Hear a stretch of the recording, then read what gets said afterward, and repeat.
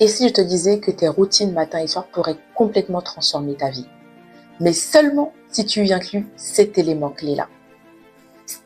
Spoiler, la plupart des chrétiens passent à côté et c'est pour ça qu'ils stagnent.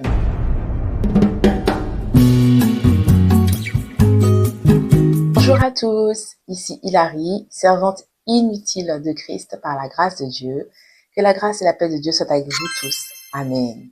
Dans cette vidéo, je vais te partager 5 clés simples mais puissantes pour inclure Dieu dans ta routine et ainsi dynamiser tes journées d'une nouvelle manière.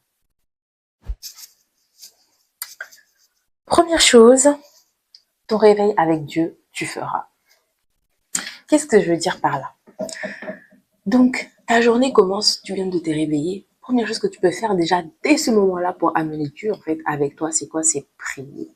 Sois vraiment tous les jours reconnaissant et plein de gratitude, reconnaissant du fait que vraiment Dieu t'a permis de te réveiller ce matin. Ce n'est pas quelque chose qui est permis à tout le monde. Beaucoup se couchent et ne se réveillent pas. Donc quand tu te lèves le matin, vraiment remercie Dieu pour la grâce qu'il t'a donnée de te réveiller ce matin-là. Et ensuite, commence ta journée. Si tu oublies, ou si tu n'as pas le temps, ou si tu as beaucoup de choses à dire à Dieu le matin, ne te dis pas que tu dois forcément te lever plus tôt ou prendre 20 minutes pour prier. Tu peux en fait prier tout en te préparant, en mettant ton pantalon, en faisant ton petit déjeuner, en te brossant les dents. C'est quelque chose dont j'ai pris conscience récemment, c'est que souvent on a envie de pouvoir prendre un temps fixe, etc. Mais en fait, si on attend de faire le temps, on ne fait jamais. Alors, crée le temps autant que tu le peux. Donc, en te préparant, en te brossant les dents, etc., tu peux prier à Dieu à ce moment-là. Dieu, il est là tout le temps, de toute façon, donc ne t'inquiète pas. Deuxième chose que tu peux faire également, si cette fois-ci, par contre, effectivement, tu as le temps et que tu essaies de l'incorporer dans ta routine du matin, dans ce que tu fais le matin avant de partir de chez toi, c'est méditer ta Bible. Je ne peux pas arrêter d'insister, de vous dire à quel point c'est important et primordial de lire sa Bible le matin avant de quitter chez soi. Même si c'est 2 minutes, 5 minutes, 15 minutes, comme tu veux, 20 minutes si tu aimes même. Mais prends un petit temps pour méditer la Bible avant de partir de chez toi. Rappelle-toi les promesses de Dieu. Rappelle-toi à quel point tu dois être reconnaissante. Prends une dose vraiment de positivité avant de rentrer dans le monde et tout ce qu'il comporte. Et c'est d'ailleurs pour ça que chaque mois, je vous propose un challenge de lecture à travers ma page Instagram. En ce moment, nous lisons des livres qui nous permettent de pouvoir méditer à nouveau sur le courage et la foi à travers les femmes dans la Bible. N'hésitez pas à regarder en description de la vidéo ou sur ma page Instagram pour vous aussi suivre la lecture avec nous. Tu peux également écouter des musiques gospel tout en te préparant le matin. Moi, c'est quelque chose que j'aime beaucoup faire. Dès le matin où je me réveille, ma maison n'est jamais calme. Il y a toujours de la musique qui tourne. Personnellement, j'ai par exemple le Google Alexa qui automatiquement, comme j'ai mis l'heure de réveil dès le matin après que le réveil a sonné, il enchaîne avec la musique, les actualités. Donc tu peux par exemple mettre en place ce genre de choses aussi pour que dès le matin, tu puisses écouter des musiques qui te permettent en fait de te rappeler de la grâce et des promesses de Dieu. Deuxième point, ton trajet accompagné, tu sauras. Alors, une fois que tu es sorti de chez toi, tu prends les transports, n'est-ce pas, la voiture ou encore les transports en commun pour te déplacer à ton lieu de travail ou à ton lieu d'école, etc. Voici donc effectivement aussi 4 choses que tu peux faire durant ce trajet-là pour l'optimiser et commencer ta journée avec Dieu. Premièrement, donc tu peux continuer à écouter de la musique, bien entendu, gospel dans tes oreilles pour t'aider. Aujourd'hui, on a variété de types de musique, même dans le monde chrétien. Donc, il n'y a plus d'excuses. Si tu aimes le rap, tu aimes le compas, tu aimes les musiques calmes, l'adoration, tu aimes le R&B, tous ces styles-là, tu peux les retrouver aujourd'hui version gospel, c'est-à-dire qui te parle de Dieu, qui te parle de la promesse de Dieu, qui te permet d'écouter le témoignage des personnes et de ce que Dieu a fait dans leur vie. Est-ce que vous seriez intéressé par une playlist éventuellement? N'hésitez pas à me le dire en commentaire et je vais vous préparer tout ça. Également, ce que tu peux écouter en chemin, ce sont des paroles d'exhortation, des vidéos, des enseignements que tu peux écouter tout en prenant ton chemin pour aller au travail ou à l'école. Tu peux faire cela soit sur YouTube ou encore même aujourd'hui, vous avez des podcasts sur Spotify ou Apple Music ou toutes les plateformes de streaming. Et tu peux même également, pourquoi pas tout simplement écouter la Bible en audio. C'est quelque chose qu'on néglige énormément, mais qui est aussi très très bien. Et également, si tu aimes lire comme moi, tu peux également lire des livres, tout simplement. Soit tu peux même prendre ta Bible physique. Je sais qu'actuellement, quelque chose que les gens aiment beaucoup, c'est par exemple la Bible de poche qui a été créée récemment par une de nos sœurs dans la foi, qui te permet en fait de pouvoir justement avoir un livre, par exemple le livre de Jean, en format petit, livre de poche en fait, que tu peux emporter avec toi, lire partout où tu vas. C'est léger, c'est simple. Ça, c'est quelque chose qui est super intéressant. Je vous mettrai le lien si vous connaissez pas pour que vous puissiez regarder.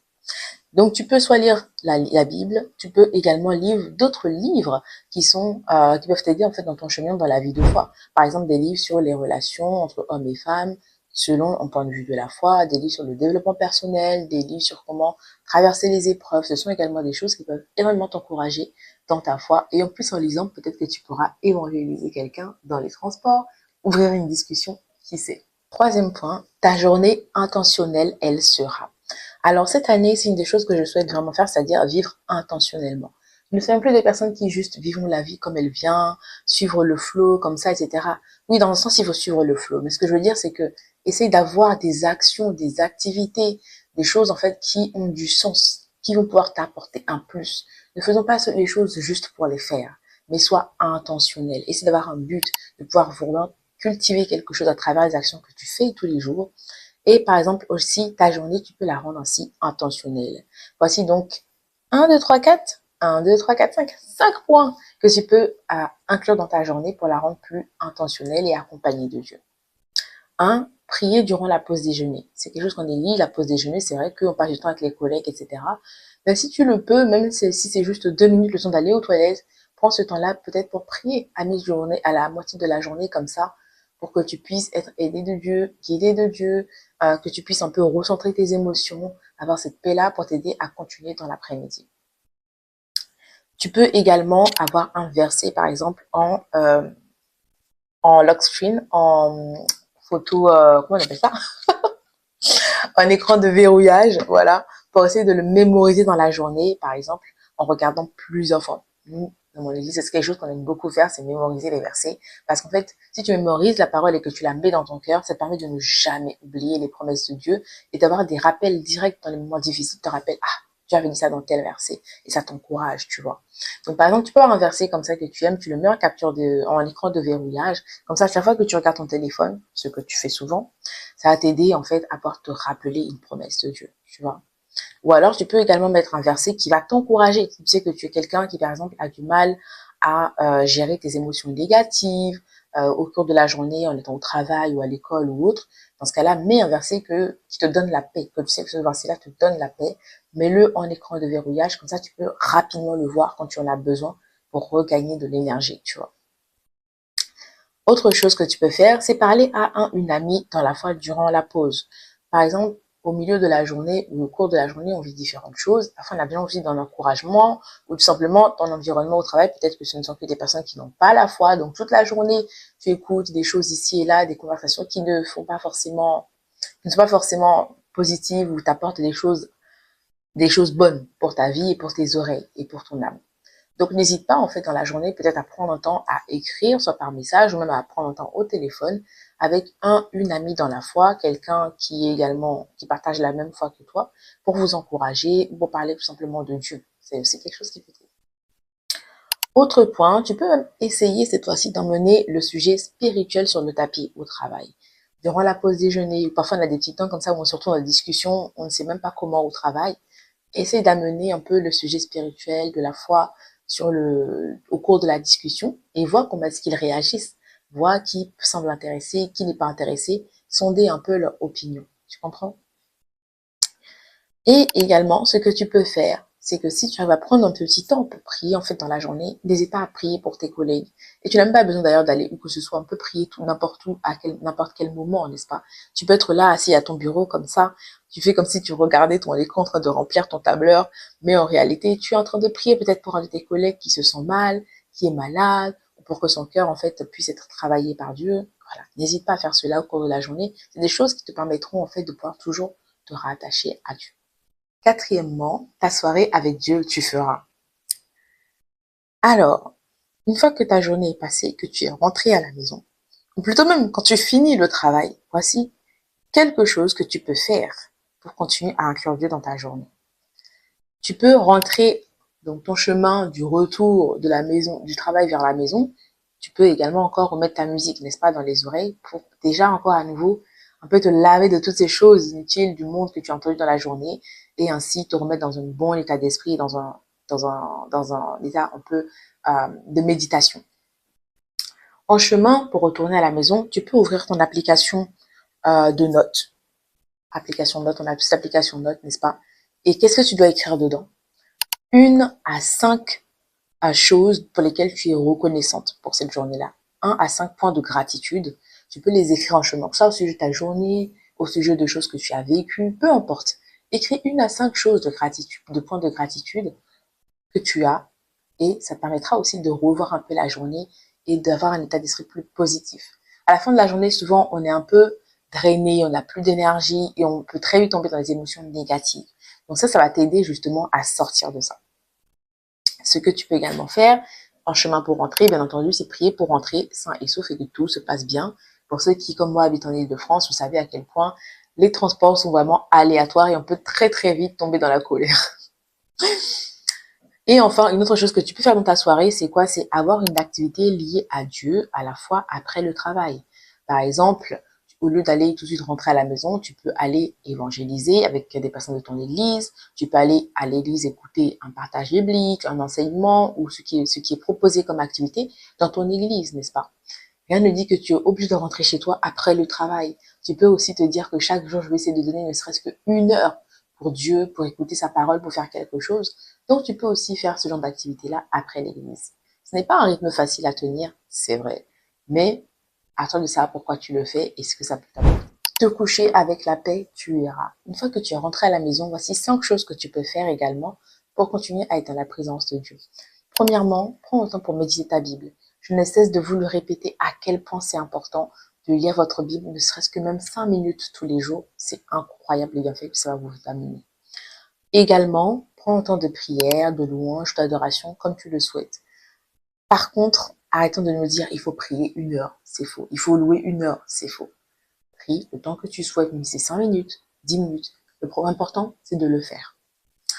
Ensuite, tu peux également cuisiner. Tout en faisant quoi? En écoutant, par exemple, une exhortation, un partage, un enseignement. Tu peux également écouter la Bible audio tout en cuisinant ou encore tout simplement parler à Dieu de ta journée, de comment ça s'est passé, un peu déverser ton cœur, en fait, ton âme à Dieu tout en faisant tes activités quotidiennes. Dieu, il est là tout le temps. Ne le limitons pas à 1 heure de ceci, 1 heure de cela. Il est là tout le temps. Prie, parle-lui tout le temps, quand tu veux. Également, n'hésite pas, et c'est vraiment important, à prier avant de dormir. Si ce n'est pas quelque chose que tu fais, je te le dis, tu dois le faire. Prie avant de dormir. Se réveiller chaque matin, c'est vraiment une grâce et une bénédiction de Dieu. Avant de dormir, prie, remercie Dieu pour la journée que tu as eue, remets entre ses mains la nuit qui va arriver et remets entre ses mains également le fait que tu pourras te réveiller demain matin. Très, très important. Et enfin, ce que tu peux faire également, c'est préparer ton réveil. Si autant que possible, si tu n'es pas trop fatigué, ne dors pas juste comme ça et hop, c'est fini. Prépare déjà le lendemain, en fait. Prépare peut-être ton petit déjeuner, prépare tes habits, ton sac, et surtout prépare un environnement qui te permettra de rechercher Dieu dès le matin. Mets ta Bible en évidence sur la table avec ton petit cahier et ton stylo pour que dès que tu te lèves le matin, tu puisses déjà en fait te rappeler que je dois prendre 5 minutes pour lire ma Bible, pour la méditer, d'accord? Prépare ton point peut-être de prière, quelque chose comme ça. Donc ça, c'est vraiment, vraiment important. Maintenant, voyons les bénéfices de tout ça après 3 mois. Parce que ça fait depuis maintenant janvier que tous les jours, et je pense que mes followers peuvent en témoigner, que nous lisons tous les jours en fait la Bible, ne serait-ce que 5 minutes, 15 minutes. Bien sûr, il y a des jours où j'ai pas pu le faire et du coup j'ai rattrapé après. Mais vraiment, même si je n'ai pas pu prendre le temps de méditer avec mon cahier, au moins je le lis en chemin pour aller au travail, le chapitre du jour, vous voyez. Donc depuis janvier, je fais ça et à l'heure où je tourne cette vidéo, on est le 19 mars. Donc ça fait quasiment 3 mois que je fais ça. Et voici les bénéfices que j'en ai tirés. Plus de joie, plus de paix. Je sens plus Dieu avec moi, autour de moi. Je me sens plus lumineuse. Et ça, c'est quelque chose que beaucoup de personnes me disent d'ailleurs. Ah, tu es vraiment rayonnante ces temps-ci. Tu es vraiment lumineuse. On sent que tu es en paix. Depuis janvier, je n'arrête pas d'entendre ce genre de compliments. Mais en fait, il n'y a pas de miracle. C'est pas parce que juste j'ai pris les compléments dont je vous ai parlé sur vos comptes Instagram. Non, c'est tout simplement parce qu'en fait, la parole de Dieu nourrit mon âme tous les jours et ça me permet d'être dans un état où je me sens en paix. Et ça fait toute la différence. Ok? Ça t'apporte quoi également en plus? Plus d'amour pour les autres. Parce que tu ne vois plus les personnes juste pour ce qu'elles sont comme ça, mais tu les vois en fait, tu essayes de les voir vraiment du point de vue de Dieu, qui est le créateur de ces personnes. Et tu vas essayer d'être plus empathique, de leur donner plus d'amour et de plus les comprendre. Et également plus de changements concrets dans mon caractère. Peut-être certains ne l'ont pas remarqué parce que j'avais certains caractères que j'avais déjà et que j'essayais vraiment de m'efforcer d'avoir. Mais moi, je sais qu'il y a vraiment certains points sur lesquels j'ai beaucoup changé. Je suis beaucoup plus calme, beaucoup moins dans la colère et beaucoup plus en fait dans la compréhension. Mais ça, je pense qu'il y a que les personnes proches de moi qui peuvent vraiment s'en rendre compte. Et également, bien entendu que si tu lis ta Bible tous les jours, tu vas plus connaître Dieu, tu vas plus connaître les histoires de la Bible, apprendre de nos aînés qui, dans la Bible, qui ont déjà vécu également énormément de choses. Tu vas plus comprendre le cœur de Dieu, plus comprendre en fait la volonté qu'il a pour nous et aussi tout simplement son histoire et ses promesses pour toi tous les jours.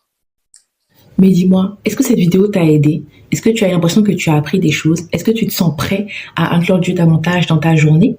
Qu'est-ce que tu vas essayer de faire en premier? Quel point t'a le plus marqué? N'hésite pas à me le dire en commentaire. Que la grâce et la paix de Dieu soient avec vous tous. Amen!